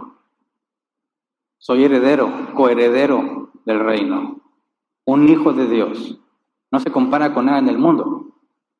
No puedo pensar, no se trata de pensar menos de mí, sino pensar menos en mí. ¿Se entiende? No se trata de ir al trabajo y decir yo no valgo nada. Por pura gracia estoy aquí. No piensas en ti ya. Piensas en glorificar a Dios. No piensas, no, aquí no me valoran, aquí no me merecen. No piensas en ti. Vas y haces lo que Dios te ha mandado hacer y no te pones a pensar en ti. No piensas menos de ti, sino menos en ti. Despreocúpate. Haz lo que se te ha encomendado bíblicamente hablando. Que si mereces más o no, eso le corresponde a Dios. Es que hay otro que gana más que tú y hace lo mismo. Y Dios lo está permitiendo. Yo quiero hacer lo que me corresponde en el lugar en el que Dios me puso. Y Él decide si crezco o no. Pero fíjate bien, muchas veces el éxito mundano viene como consecuencia de la fidelidad a Dios. Piensa en Daniel, piensa en José. Tenían éxito mundano aunque no lo buscaron. Pero ese éxito viene como consecuencia de tu fidelidad a Dios. Pero también puede ser que pierdas todo como precio de tu fidelidad a Dios. Así que nosotros no somos personas que buscan la fama y el dinero. Pero eso no significa que Dios te los pueda enviar, como la promesa a Abraham. Haré famoso tu nombre y te enriqueceré. Pero Abraham no buscaba eso. Puede ser que el éxito en el concepto del mundo llegue a ti por tu fidelidad a Dios. Pero también puede ser que sea el precio, perderlo, por tu fidelidad a Dios. Pero el cristiano, lo tenga o no, no le debe afectar porque no vive tras de eso. Si al cristiano le quitan todo lo que tiene porque obedece a Dios, no se va a deprimir. No va a decir, no, yo no valgo nada. Tendría que decir como Job, Dios da, Dios quita. A ver, ¿no habremos de recibir también lo malo? Y ya, es muy difícil. Pero ahí es donde te das cuenta dónde está realmente tu intención, dónde está tu corazón. Sí, entre nosotros va a haber gente que prospere. Y eso sería esperado, porque si glorificas a Dios, eres íntegro, eres confiable, eres cumplido, todo lo haces con excelencia. Si te equivocas, buscas enmendar tus errores. No entras a la corrupción. Eres fiel y leal en todo lo que haces. Por supuesto que es muy probable que te vaya a venir dinero y que seas reconocido, pero ese no fue tu objetivo. Tu objetivo fue glorificar a Dios. Y por glorificar a Dios también un día lo vas a perder, porque el mundo no tiene tolerancia en esas cosas. En tu empresa, por más respetado que seas, el día que a alguien se le proponga hacer algo turbio y tú te enteres, no vas a poder permitirlo y vas a salir de ahí. Te van a sacar rápido, porque ahí la gente honesta perjudica. Puede que llegues a niveles muy altos y puede que llegues a niveles más bajos, eso dependerá de Dios. Tu fidelidad a Él es lo que cuenta. Así que no vales por lo que eres. Somos vasos de barro con un tesoro adentro. El valor que tenemos no está en nosotros, es Dios en nosotros. Nos gloriamos de Él en nosotros, no de nosotros mismos. Así que tengamos mucho cuidado y oremos a Dios para que nosotros no seamos seducidos por esos conceptos y que nuestros hijos tengan un ejemplo correcto cuando enfrenten esas situaciones. Vamos a orar, Señor. Líbranos de nosotros mismos, Señor. Líbranos de la seducción, de sentirnos ganadores y campeones por nosotros mismos, por lo que somos, por lo que hacemos. Líbranos de contentarnos con nuestras actitudes, con nuestros deseos, si estos van en contra de tu palabra. Enséñanos a negarnos cada vez más a nosotros mismos, a pensar cada vez menos en nosotros mismos, Señor. Que lo importante en nuestras vidas sea obedecerte, glorificarte en todo lo que hacemos, que las personas en nuestro alrededor, en nuestro trabajo, en nuestro ambiente, puedan ver que somos confiables, honestos, transparentes, fieles, productivos, eficientes, que hacen las cosas con excelencia, para que tu nombre sea engrandecido, Señor. Que nuestro objetivo nunca sea enriquecernos y utilizarte como un medio para avanzar en nuestros proyectos. Señor, tú gobiernas nuestras vidas. Nos sujetamos a ti, Señor. Haz con nosotros como mejor te parezca. Pero confiamos que tú eres bueno, eres nuestro Padre bueno, que conoce nuestras necesidades y que nos da mucho más de lo que necesitamos. Danos la sabiduría, Señor, como dice en tu palabra, de manera que podamos estar contentos con lo que tenemos. No nos des tanto que nos enorgullezcamos y nos exaltemos a nosotros mismos. No nos des tan poco, Señor, que nos veamos tentados a robar o a hacer cosas incorrectas con tal de avanzar. Danos lo que necesitamos para permanecer fieles a tu palabra, Señor. Enséñanos a buscar tu gloria, a que nuestras acciones sean motivadas por el deseo de glorificarte y no de exaltarnos a nosotros mismos, no de confiar en nosotros mismos, sino de confiar en ti, que tienes poder, como dice la carta de Judas, tienes poder para sostenernos, guardarnos sin mancha, sin caída, para el día que has reservado para nosotros. Enséñanos, Padre, a ser fieles a tu palabra, renunciar a las ideas atractivas, engañosas, muchas veces convincentes, para el incauto que el mundo ofrece. Ayúdanos, Señor, a guardar nuestra propia vida, nuestra propia doctrina, para salvarnos, Señor, de esos peligros y también salvar a los que nos escuchan. En ti confiamos, Padre. Tú eres nuestro protector, nuestro sustentador, nuestro sanador. Hágase tu voluntad y no la nuestra. Lo rogamos en el nombre de Jesús. Amén. Pueden sentarse. Pasemos a la sección de preguntas. Y mientras llegan las preguntas, si es que no han llegado, les comento que evaluamos el aparato que trajimos a prueba.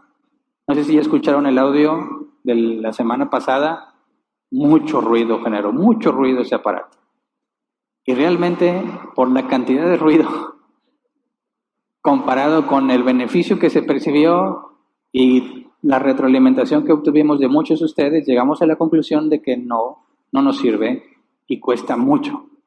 Así que no todo está claro en que ese no es el camino que debemos seguir. Así que ya tienen instrucciones claras y los medios para que nuestros hermanos del área de mantenimiento empiecen a restaurar lo que tenemos acá, y ellos se comprometieron que en un plazo máximo de 2 semanas va a haber una diferencia considerable aquí en cuanto al calor. Años atrás ya teníamos resuelto ese problema, no sé si se acuerdan, los que tienen más antigüedad aquí.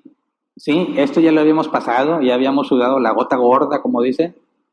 Ya nos habíamos esforzado y habíamos llegado a un punto en que sí hace mucho calor, pero no estamos sufriendo. Lo perdimos porque, además de la pandemia, todo el deterioro de los equipos, pero esperamos en Dios que todo salga bien. 2 semanas debemos de tener ya igual a como estábamos, donde ya no sufríamos. Y todavía nos falta pensar cómo podemos mejorarlo un poco más. Así que tengamos un poco de paciencia. Nuestros hermanos de mantenimiento, además de sus trabajos, están separando tiempo para venir a trabajar aquí y debemos estar agradecidos.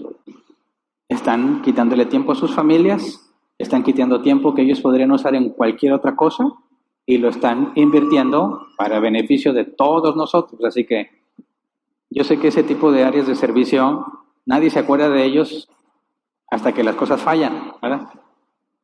No jaló el abanico, ¿dónde están los de mantenimiento? Pero si el abanico está funcionando bien, nadie se acuerda de mantenimiento, ¿verdad? No cometamos ese error. Estamos agradecidos con nuestros hermanos y oramos para que Dios les dé fuerza sobrehumana y puedan trabajar a velocidades sorprendentes y ayudarnos a resolver esta situación. Muy bien. Vamos a pasar al tiempo de preguntas y respuestas. Tenemos 15 minutos. Está el código QR para que te agregues al grupo de WhatsApp si no estás en el grupo.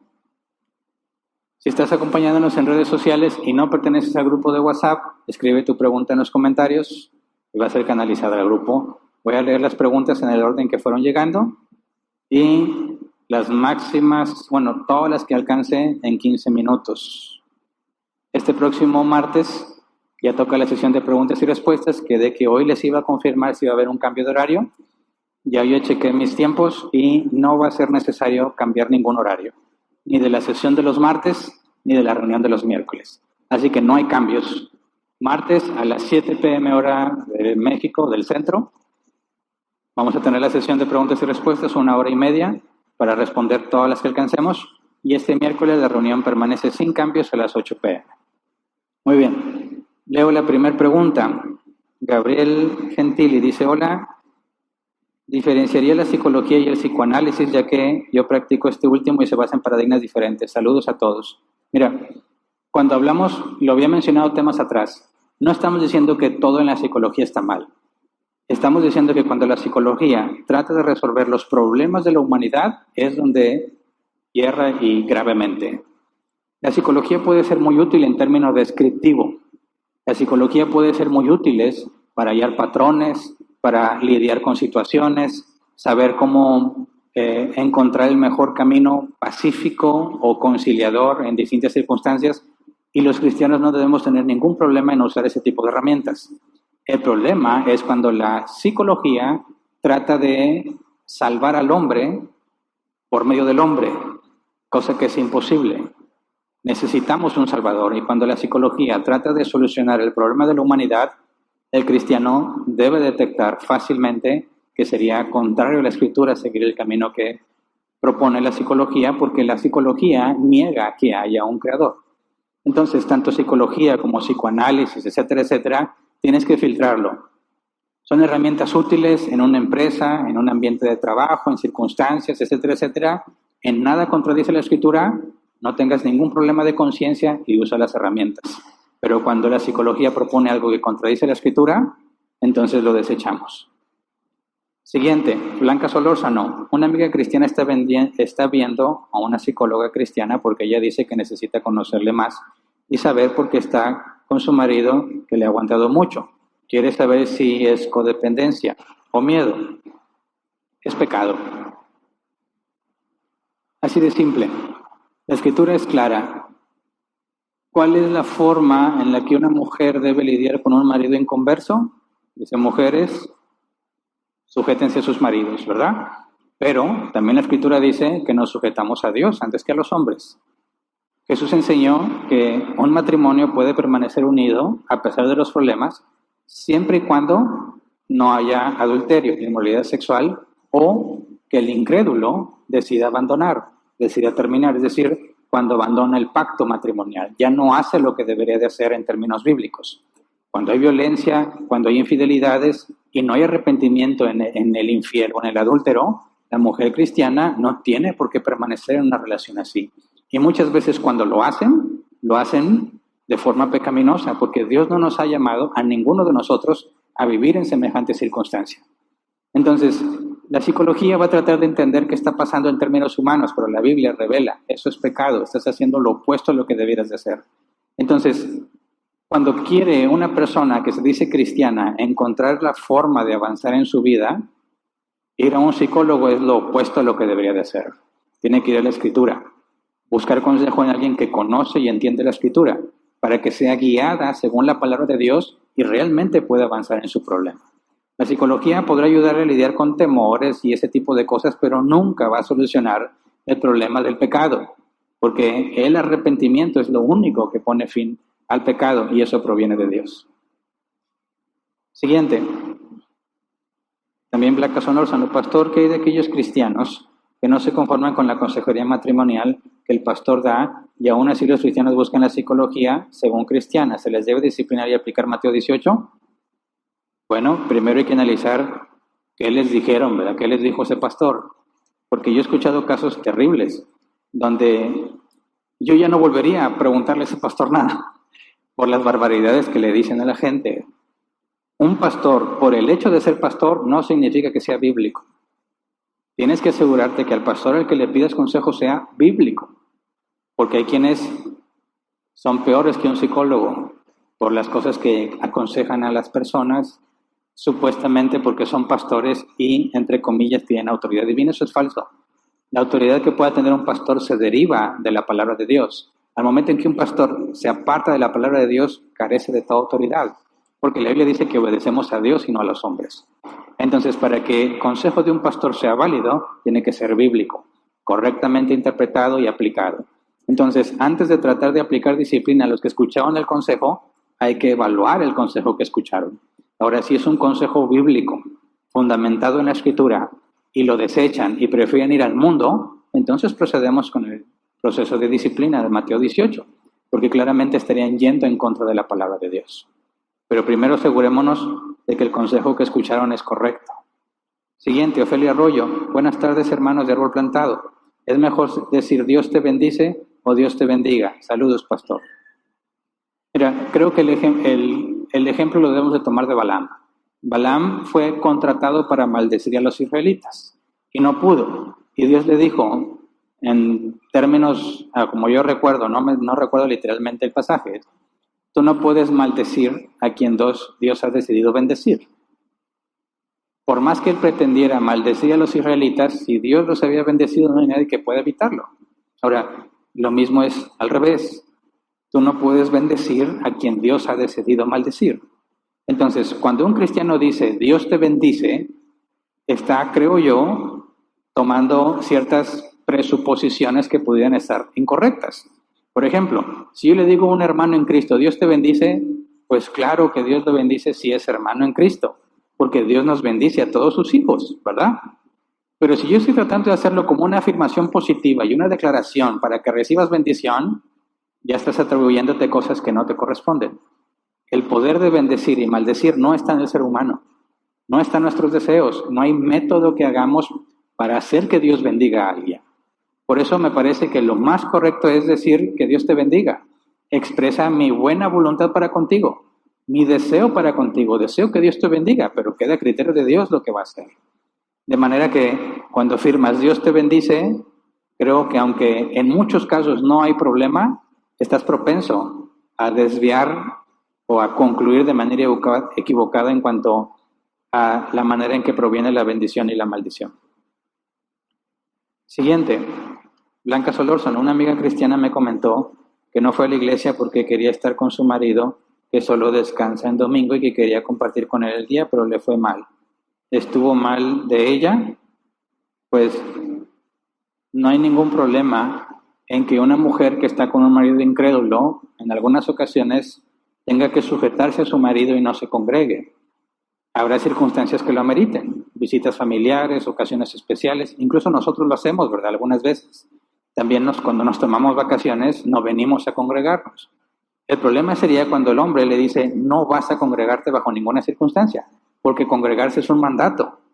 Y están llamados todos los hijos de Dios a obedecer a Dios antes que los hombres. Si el gobierno prohibiese que nos congregáramos, tendríamos que desobedecer al gobierno, de la misma manera que una esposa tendrá que desobedecer a su marido incrédulo cuando pretende impedir que obedezca a Dios. Entonces, si fue una situación particular, especial, no hay ningún problema. Puede ser muy recomendable, ¿verdad? Pero cuando es una especie de imposición que le impide obedecer a Dios, está llamada a desobedecerlo. Ok, me brinqué una. Gracias. Irving Castro dice, eruditos proponen una lectura alterna de Lucas Levítico 19:18. Ama a tu prójimo porque es como tú. Versión Dios habla hoy. De esta manera, el motivo del amor al prójimo recae sobre que es pecador como uno mismo. Aunque hay muy pocas versiones que prefieren la lectura alterna, el NBI pone una nota de la existencia de esa lectura. ¿Tienes alguna postura? Sí, el original también se puede interpretar de esa manera. Pero me parece que el momento en que Jesús lo cita y pone el ejemplo del samaritano, creo que eso me da las herramientas para entender el contexto, ¿verdad? Sabemos que la ley fue interpretada en algunos casos acertada y en muchos otros no. Y Jesús viene a poner el sentido correcto. Y me parece que en la parábola del buen samaritano, al ver el comportamiento y aunado a las palabras del apóstol Pablo de que el esposo ame a su esposa como a sí mismo, creo que le da el sentido. Esa es mi postura al respecto. Ahora sí, dice Lisbeth, como cristianos, pastor, debemos analizar a la luz de la escritura las intenciones que tenemos cuando decidimos hacer algo, como cuidar nuestra alimentación, ejercitarnos, en mujeres arreglarnos el cabello, arreglarnos las uñas, comprar ropa, etc. Gracias por su respuesta. Mira, todos estamos llamados a ser buenos administradores, cuidar nuestra salud, cuidar nuestra apariencia, en el sentido de los casados, dice que mi cuerpo ya no es mío, sino de mi esposa, ¿verdad? Así que yo no me doy gusto a mí, o yo por mí me sentiría mucho más a gusto con muchas otras prácticas que a mi esposa no le serían agradables, ¿verdad? Puedo descuidarme totalmente y decir, si me amas como soy, pero no es a lo que estoy llamado a agradar a mi mujer. Y si mi mujer llega a decir, ay, así panzoncito me gustas, pues bueno, ¿verdad? Estoy complaciendo a mi mujer. Como dicen algunos, pastor sin panza no da confianza.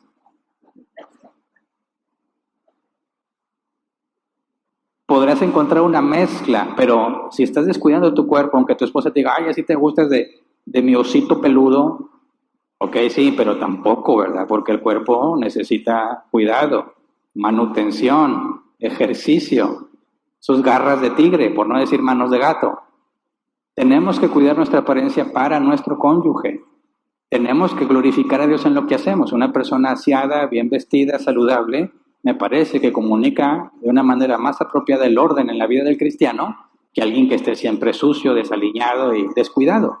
Me parece que tenemos que cuidar esos límites entre lo que complace a nuestro cónyuge y lo que la Biblia demanda de nosotros como buenos administradores. Ahora, si te vas a poner las uñas acá larguísimas y, bueno, si a tu esposo le gusta y tiene para comprártelas, ok, no hay ningún problema. Pero tú dices, no, a mí me tienes que traer para mis uñas.